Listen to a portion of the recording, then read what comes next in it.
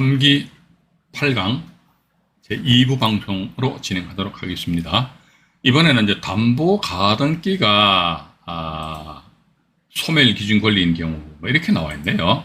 그래서 우리가 이 편인가 보면 이제 가등기에 대한 그 내용이 나오는데 가등기 종류도 보면 이제 두 가지가 있거든요.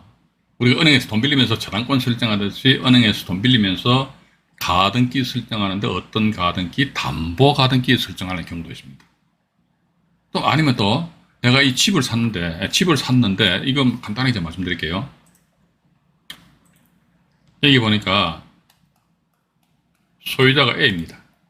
근데 B라는 사람이 A하고 매매 계약을 체결합니다. 그러면 이제 계약금 건네가고 중도금 건네가고 뭐 잔금이 또 지급되면서 소유권을 이제 B 앞으로 가져온단 말이죠, 그죠? 예. 근데 이 B 입장에서 봐가지고 이 지역이 보니까 막 부동산 가격이 상당히 들썩들썩거려. 그러다 보니까 계약금 넣고 중도금 넣고 내일 모레 잔금을 넣는데 이 사람 혹시 변심을 할까봐, 그죠? 변심을 할까봐 내가 잔금 넣기 전에 B는 A를 상대로 해가지고요. 보전 가등기 앞에 보니까 소유권 이전, 청구권 이런 게 있어요. 예. 이게 소유권을 한마디로 A 네 거 있잖아. 네 거를 내 앞으로 내가 잔금을 지급하면서 동시에 가져오는데 혹시 네가 또 말이지 혹시 또 변심을 해가지고 일을 이렇게 복잡하게 만들까봐 해가지고 내가 이제 가등기 하는 게 이게 보전 가등기입니다. 이게 보면 가등기의 종류가 보면은 두 가지가 있다는 것이죠. 은행에 돈 빌리면서 담보 쪽으로 가등기 설정하고 또는 이제 소유권을 가져오는, 그래서 소유권을 가져오기 위한 전 단계로서 어떤 가등기? 보전 가등기가 있다는 것이죠. 그럼 담보 가등기든 보전 가등기든 자, B 입장에서는 A한테 계약금하고 중도금 하니까 돈 줬잖아요. 그죠? 어쨌든 돈이 왔다 갔다 했잖아요. 그죠? 담보 가등기도 마찬가지입니다. 은행에서 돈을 빌리면서 돈이 왔다 갔다 했잖아요. 돈이 왔다 갔다 한 것은 담보 가등기든 보전 가등기든 똑같아. 그런데 색깔이 틀려. 담보 가등기는 뭐냐 이게?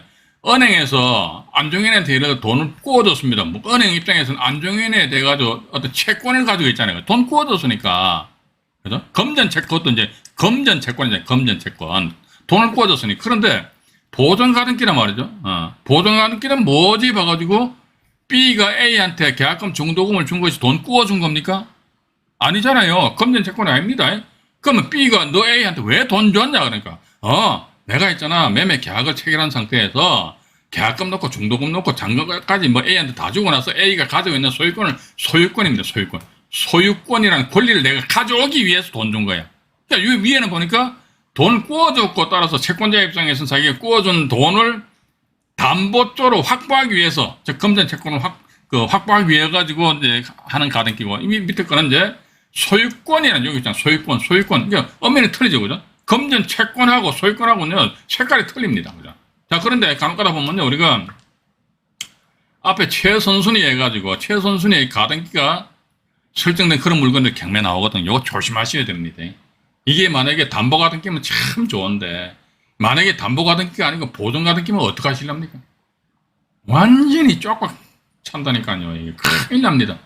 실제 이건 나군요. 나중에 2부 방송에서 제가 이게 2부란 우리 3기는 전체 생생경매 해가지고요. 1부와 2부로 나눠져 있습니다. 근데 2부에서 보면 가등기 파트가 있어가 그때 말씀드리겠는데 선순위 가등기 있는 물건이 있다고 누가 낙찰받아서 받고 나서 보니까 가등기권자가 나중에 본등기를 빡 쳐버리니까 낙찰자는 소유권을 해가 소유권 상실해 버렸어요. 그거 어디 가서 누구한테 하소연하냐, 이게. 하소연할 데가 없다는 것이죠. 그죠? 물론 그렇습니다. 이게 가등기가 이게 나중에 본등기 해버린다면요. 이 본등기 순위는 요 가등기 한 날을 소급해버려요. 근데 최선순위 가등기 있고, 이게 경매 결과 만약 A라는 사람이 이때 들어가서 이걸 자기가 낙찰을 받아가지고 소유권을 취득했다 손치더라도 본등기는 A가 소유권을 취득한 그 이후에 본등기가 이루어졌다 손치더라도 본등기 순위는 어떻게 가등기 한 날을 소급하니까 여기 빠르게 이 사람들 소유권 상실하는 거예요. 소유권이 한마디로 이제 빨리빨리 끝난단 말이죠. 그죠? 이래했을 경우 A 입장에서는요, 몸부림칠 수 있는 방법도 하나 있어요. 뭐냐면 이 사람이 대금 납부하고 자기 앞으로 소유권 이전했잖아요.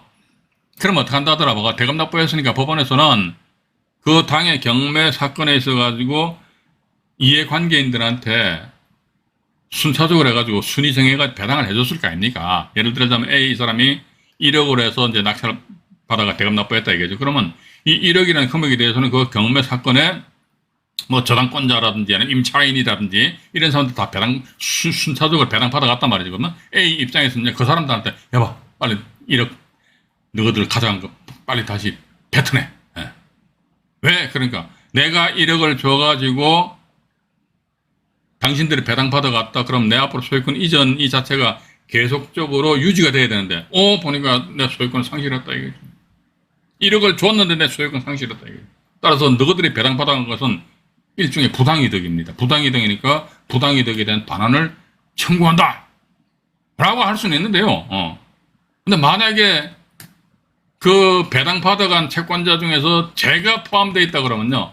낙찰자가 저한테 내용 증명이 띡 날라와요. 날라오면 뭐 오든지 말든지 봐가지고 돈 달래 이거 뭐 알았어. 그러니까. 돈 줘. 뭐. 돈 없어. 그럼 어떨 건 꺼내버리고. 그렇기 때문에 우리 투자자 입장에서는요. 선순위 가등기에 따라서 이놈이 담보 가등기라면 더할 나위 없이 좋은데 보존 가등기라면 더할 나위 없이 나쁘다 이거지. 그러면 아이고 담보인지 보존인지에 대해서 우리가 확인하면 되잖아요. 확인할 방법이 있다 없다? 없어요. 그 어떻게 확인하는데? 이게 확인할 수 있는 방법은 유일하게 딱 하나 있습니다. 뭐냐면요. 매각 기일 당일날 민사집행 사건 기록부 있잖아요.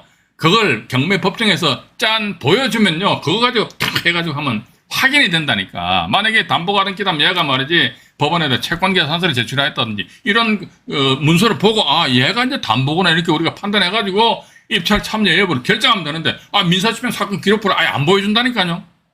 안 보여준다니까 안 보여줘. 안 보여주기 때문에 그거 우리가 어떻게 조사합니까? 봐가지고 뭐 네이버인가 다음 카페에 보니까 그 카페에서는 자기네 그 조사하는 방법이 있대요. 뭐 하니까 법원 도서관 가면 가등기 내막에 대해서 정확하게 알 수 있대. 그 제가 알기로는 그 정확하게 알 수 있는 방법은 없을 것 같은데 그 어떻게 알 수 있는지 모르겠어요. 가지고 그렇다면 이게 우리가 이 가등기의 선순위 가등기가 말이야 정말 100% 퍼펙트하게 담보 가등기인 것을 확인할 수 있는 건 뭐냐니까요. 딱 유일하게 딱 하나밖에 없습니다. 제가 볼 때는요. 네. 어떤 거냐니까 여기 앞에 보니까 가등기가 A가 가등기 설정했잖아요. 근데 이게 A가 보니까 예를 들어가지고 임의경매 신청했네. 임의경매. 이런 경우는요. 딱 이 가등기는 뭔 가등기다? 담보 가등기다. 이렇게 확정적으로 우리가 판단을 하고 입찰 들어가도 무난하다. 왜냐니까 법원에서는요. 이 가등권자가 경매 신청했다 그러면요. 서류를 볼 거 아닙니까? 당신 가등기인데 뭔 가등기요? 저 담보인데 그러면 관련 서류를 제출해봐. 서류를 보고 이거 담보 가등기구나 해가지고 법원에서 이제 임의경매 개시 결정을 내려줄 거 아닙니까? 이랬을 경우는 우리가 마음 놓고 입찰 들어가서 낙찰 받아도 되는데 그 이외에는 제가 볼 때는 아니다. 어떤 분들은 또 이런 이야기도 하더라고 봐가지고요. 앞에 가등기가 있는데 뒤에 어떤 권리자가 경매 신청을 했다 이거죠. 경매 신청을 했는데 그러니까 요 편에서 가등기를 A를 할게요. A 가등기권자가 B라는 사람이 만약에 경매 신청했다 그러면요. A 가등기권자가 법원에다가 채권계산서를 제출하면은 요런 뭐다 담보 가등기다. 요런 식으로 또 이야기하는 사람이 있어요. 이거 아니에요. 뭐 그렇게 확정적이고 단정적으로 그렇게 이야기하면 안 된다니까 봐가지고 절대로 그거 안 됩니다. 이게 요거는 왜 안 되느냐 이 내용은 또 역시 마찬가지 우리 라이브 방송이죠 2부에서 보면 가등기 파트가 있기 때문에 제가 거기서 말씀드릴게요. 어쨌든 가등기가 선순위 가등기 떴을 적에는요 이게 가등기 얘가 직접적으로 임의경매 신청했다면 이거 이제 담보 가등기다 라고 믿으면서 또 내가 들어간 낙찰 받았잖아요. 그죠? 받게 되면요 저는 항상 이런 말씀 드립니다. 입찰해서 낙찰 받기 전에는 조금 바빠요. 그런데 낙찰 받으면 더 바빠요. 엄청 바빠요. 확인할 게 많다니까. 왜? 그러니까 낙찰 받고 나서 담당 경매계 가가지고요 민사 집행 사건 기록부를 열람, 등사 신청을 하셔야 됩니다. 근데 민사 집행 사건 기록부가 A4 용지 기준해가지고 보통 한 400쪽 내지 한 500쪽 정도 상당히 두꺼워요. 그거 전부 다 카피떡이 뭐 하잖아요. 그죠? 그러면 당의 경매 사건에 있어가지고 어떤 이런 문제 때문에 될 여지가 있는, 요런 사안을 파악해가지고, 담보가 등기인데, 그럼 이 사람이 경매 신청했다. 그럼 경매 신청한 원인 그 서류가 뭐지? 그럼 다 카피떡 보면, 이거 보니까 이게 담보가 등기구나. 이런 식으로 이제 우리가 접근하는 수밖에 달리 방법이 없다는 것이죠. 이 모든 이 전부 다 불편을 초래를 하는 것이 뭐 때문에 그러냐면요. 민사집행 사건 기록부를 안 보여줘서 그렇다니까. 그것만 보여주면 된다니까요. 봐가지고. 그거 왜 안 보여주는지 모르겠어요. 맨날 말씀드리잖아요. 그죠? 그거 왜 안 보여줘요? 뭐 옛날에 2002년 7월 1일 이전에는 민사 소송부와에서 경매가 진행됐거든요. 그때는요. 경매 법정 가면요. 그 당시 아마 경매 하셨던 분들 잘 아실 겁니다. 경매 법정 가면요. 민사집행 사건 기록부요. 쫙 법대에다가 다 펼쳐놓고요. 입찰 참여해서 아무나 가서 다 열람했다니까요. 근데 이게 2002년 7월 1일 이후에서 그때 민사집행법으로 이제 법이 이제 바뀌어가지고 경매 진행이 된단 말이에요. 이랬다면 그 민사집행법 하에서는 어떻게 민사집행 사건 기록부를 안 보여주지롱 이렇게 나옵니다. 이 내용도 아마 다른 영상물에서 말씀드린 것 같은데 왜 안 보여주느냐, 안 보여주는 이유가 뭐냐? 이건 지금 제가 명명백백하게 지금도 기억하고 있습니다. 그때 보니까 안 보여주는 이유가 뭐냐니까 첫 번째 보여주게 되면은 경매법정이 혼잡스럽고 웃기는 소리가 자빠져 앉아있네. 돈이 왔다 갔다 하는데 조금 혼란스러우면 어때? 또 두 번째 사람들한테 보여주게 되면은 민사집행사건기록부에 훼손이 있기 때문에 그래서 안 보여주지 이렇게 전부 자기네 편이 자기네도 편이잖아요. 완전 행정 편의주의적이다. 저는 그렇게 보고 있습니다. 그죠? 그러니까 여러분들 경매법정 가보신 분들 아실 거 아닙니까? 보면요.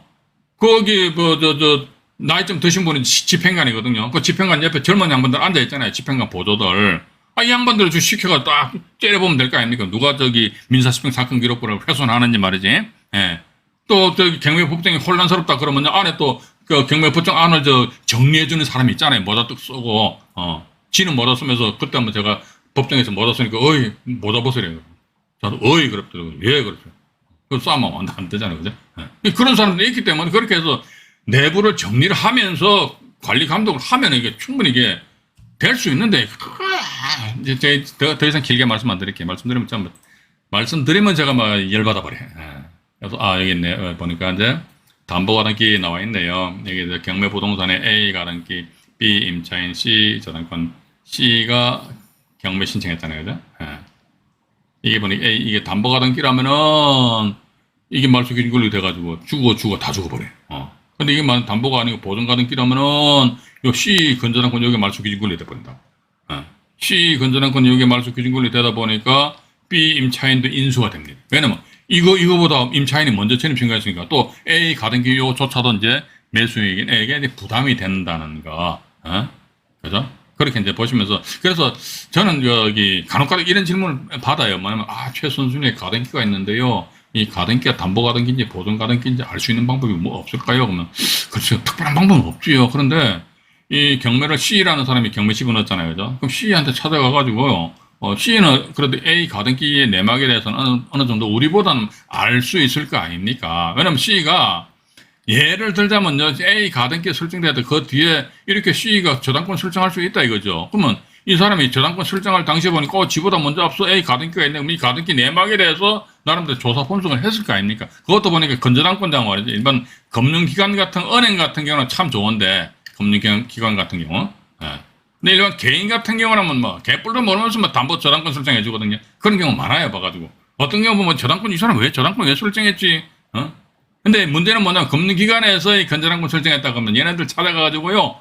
뭐라 좀 물어보면 아니면 전화해보게 되면 무슨 개인정보보호법 어쩌고저쩌면서 말도 안 되는 그 허튼 소리하고 안 가르쳐주지롱 이렇게 약을 올린단 말이에요. 참 깝깝한 점 애들이 봐가지고 자기네들 채권 회수하는 그런 측면이라면요. 이게 적극적으로 이게 좀 협조를 해줘야 된다. 이게. 아니 이 가등기 담보 가등기인지 보존 가등기인지 그거 이야기해주는 거하고 개인정보하고 뭔 관계 있습니까? 법을 이상하게 만들어놔서 봐가지고 그러니까 결국은 이게 전부 다 이게 저것들 편리한 대로 해가지고 더 이상 말씀 안 드릴게요. 더 이상 말씀드리면 또 열받으니까 낙찰자 인수하는 게 없다. 그러나 이게 최선순위의 가등기가 이제 부동산, 이게 가등기도 담보가등기는 가등기 담보등에 관한 법률이고요. 보존가등기는 부동산 등기법에 의해서 규정하고 있어요. 이게 만약에 보존가등기라면은 그것도 밑에 제가 조금 전에 말씀드렸습니까? 낙찰자는 A 가등기하고 B 임차인을 인수하여야 하는, 어쨌든 이렇게 생각하십시오. 최선순위 가등기 있다 그럼 조심하세요. 조심하시고, 그리고 뭐 이게 담보인지 보존인지 정확하고 확신이 안 써. 그럼 입찰 들어가지 마세요. 입찰 안 들어가시면 되잖아요. 그지? 아니야. 그럼에도 불구하고 나는 입찰 들어가가지고 한번 낙찰 받아볼 거야. 그 상태에서 나중에 가등기가 번등기 해가지고 나는 소유권 상실하더라도 나는 괜찮아. 그러신 분들은 입찰 들어가셔야 괜찮습니다. 들어가시라니까 들어가셔가지고 이건 담보가등기 관련해가지고요. 지금 이제 잠깐만요.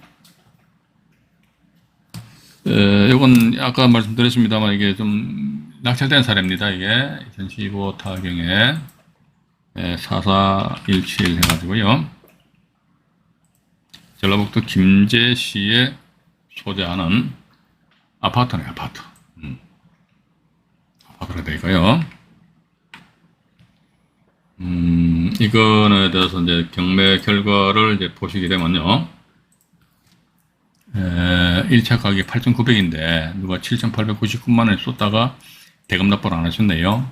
그래서 또 쭉 내려오다가 이제 5,600만 원에 써서 이제 이 대금 납부를 하고 이제 사건이 종결돼 버렸어요.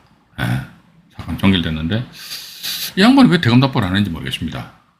보면 아마도 이게 이렇게 볼 수 있겠지요. 왜냐면 이게 8,900만 원이 1차 가격인데 7,899만 원으로 썼다는 것을 보니까 이게 이 8,900만 원이 현재 시세가 이 당시에 시세가 안 했지 않겠느냐. 한마디로 이게 고가, 그죠?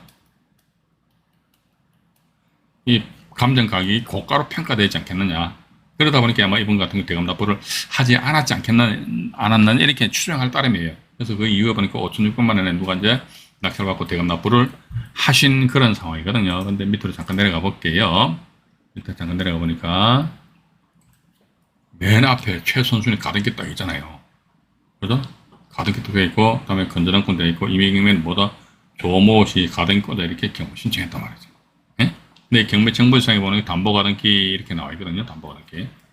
아마도 이 경매 정보지를 만드는 회사에서는 가등기권자가 이렇듯이 임의경매 신청을 하니까, 이건 이제 담보 가등기다 이렇게 이제 생각을 한 것 같아요. 그럼 여기서 이제 매각 물건 명세서를 잠깐 보겠습니다. 매각 물건 명세서 보면요, 뭐 없어요, 봐가지고. 보시게 되면 이제 등기된 부동산에 관한 권리 또는 가처분으로서 매각으로 그 효력이 소멸되지 아니하는 것에서 해당성 없음이에요. 또 밑에 보면 또 해당성 없음이에요. 없어, 아무것도 없어요. 이게 담보가 저도 이게 최소한도 이런 경우는요, 법원에서 약간의 성의는 좀 보여야 되지 않겠느냐. 그죠? 약간의 성의. 자기네들이 그 서류를 핸들링하고 있잖아요. 보니까, 가등기가 경매 신청했네? 이거 담보 가등기네? 그러면, 여기다 봐가지고요. 이게 이제 해당사항 없는데 맨 밑에 보면 비권한이 있거든요. 비권한. 이 비권한이 있는데, 비권한에다가 본 가등기는 뭔 가등기다? 담보 가등기임. 이런 식으로 딱 표시해주면 얼마나 이쁘겠습니까? 덜렁해요. 비권한도 공란해놓고 말이지. 저거 멋대로 하는 거야.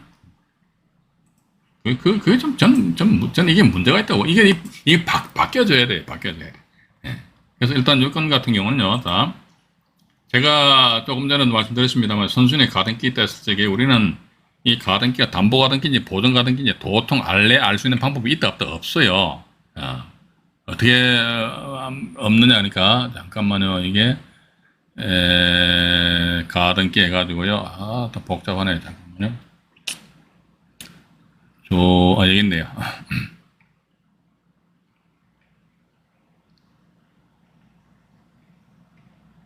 네, 좀 더. 이겁니다. 여기 보시면 이제 소유권 이전 청구권 가등기 그냥 이렇게 되어 있어요. 매매 예약입니다. 그럼 이게 우리가 이 등기부상에 이런 내용만 가지고는요, 이게 담보 가등기다, 보존 가등기다, 제 경매 지식 수준으로는 알 방법이 없다고 좀 보고 있습니다. 근데 어떤 분들은 자기네들 알 방법이 있다, 아까 말씀드렸잖아요. 그죠? 무슨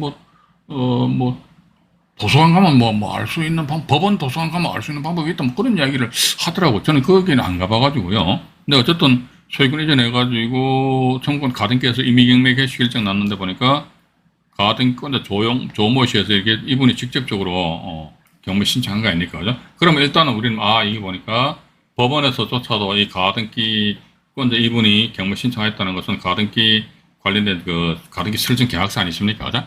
설정 계약서를 아마 첨부를 시켰을 거예요. 보고 보니까 이게 담보가등기구나. 그렇기 때문에 법원에서 이런 식으로 경매 개시 결정을 내려주지 않는다. 이런 경우라면 우리가 명명백백하게 그냥 믿고 입찰 들어가셔도 큰 문제가 없다. 근데 아까 말씀드렸습니다만은 다른 제3자가 여기 보시니까 앞에 선순위 가등기가 있는데 다른 제3자가 경매 신청을 하니까 편의상 가등기권자 A를 한다 이거죠. A 이 사람이 채권 계산서를 제출하면 이것은 담보가등기다. 웃기는 소리하고 자빠져 앉아있네. 그런 함부로 모르면 함부로 입을 샷다 마우스다. 저는 그렇게 말씀드리고 싶습니다. 모르면 이야기하지 말라니까.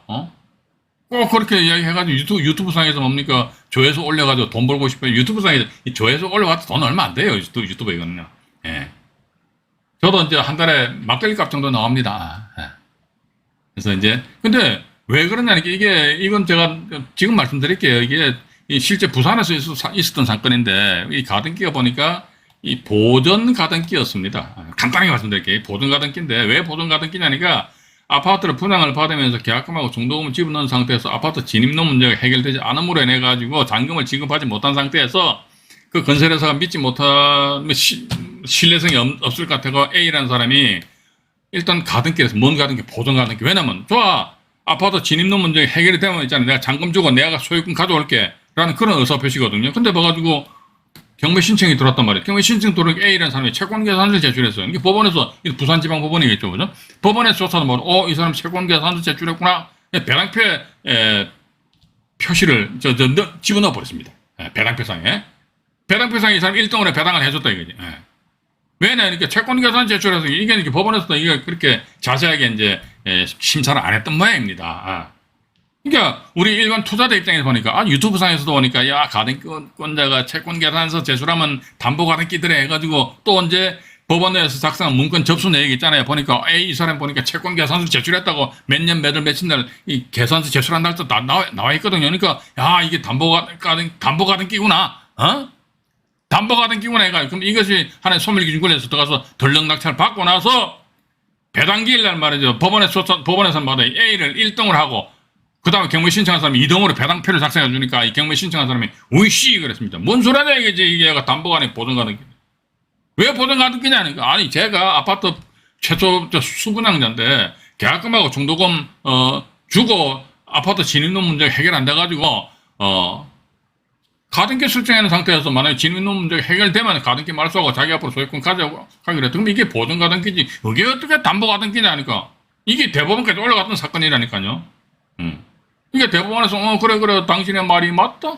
너는 이게 보증가등기든 담보가등기든요. 예를 들어 담보가등기다 한 번 담보가등기는 영원한 담보가등기입니다. 담보가 갑자기 휙 보전이 되고 절대로 그거 없어요. 담보는 담보요 보전은 보전입니다. 산은 산이고 물은 물이듯이 말이죠. 그러니까 봐가 이게 보증가등기라면요 A 입장에서 안 답답지. 왜냐면요 보증가등기는 알았어. 그럼 내가 최선순위니까 낙찰자한테 인수하라고 하면 되지. 그럼 누가 낭패를 보느냐? 이 물건만 B라는 사람 낙찰받았다면요.